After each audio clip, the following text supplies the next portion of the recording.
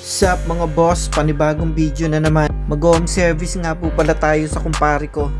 At mukhang na-miss na naman yata ako. Tara, tambay ka muna saglit sa video ko. Ang gagawin natin ngayon ay cover up. At syempre, respeto po sa unang gumawa.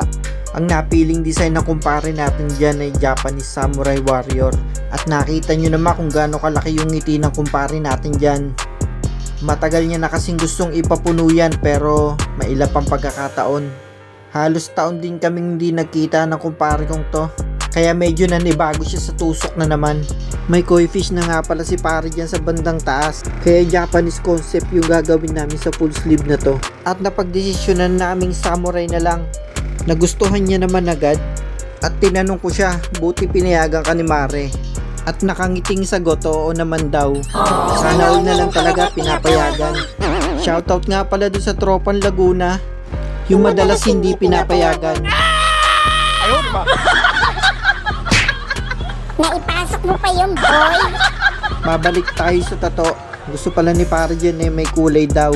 Yung mga lighting color katulad ng pula, hindi ko na pinaabot dun sa may tatakpan. Lalabas kasi yung dating tato kapag mga light colors na nilagay mo dun. Sa pagtatato mga bossing, dapat mahaba ang pasensya mo. At saka dapat nag-e-enjoy ka sa ginagawa mo.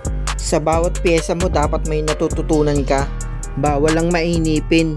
Huwag kang magmamadali. Ang importante may progreso. Tuloy-tuloy lang hanggat may naniniwala sa'yo kahit isa. Sa part na yan medyo malapit na tayong matapos. Idinugtong ko na rin pala sa lumang tattoo ni pare para buo na siya tignan. Pag kumpare mo kasi ang kliyente minsan walang limit ang size. Ayun ba? Lalo na pag nag-e-enjoy ako sa pyesa. Sa part na yan nagpuputi na ako. Medyo parang nagiging senti na ang paligid kapag puti na talagang nilalagay. Sa mga oras na to, alam ko nasasaktan ka na pre. Ramdam na ramdam ko ang sakit. Lalo na kapag pinupunasan ko pa. Alam kong tinitiis mo lang. Kasi wala ka naman choice eh. Kaya mas pinunasan ko pa lalo. Pero syempre, joke lang yon. Ayun ba? Bibigyan muna kita ng moment dyan, pre.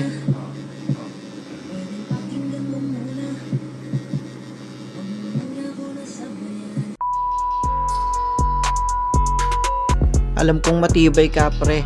At alam ko rin nagkukunwari ka lang na nasasaktan. Heto na yung part na makakahinga ka na ng maluwag. At sasabihin mo na lang, natapos din. Pagkalipas ng 7 oras, eto nga po pala yung resulta.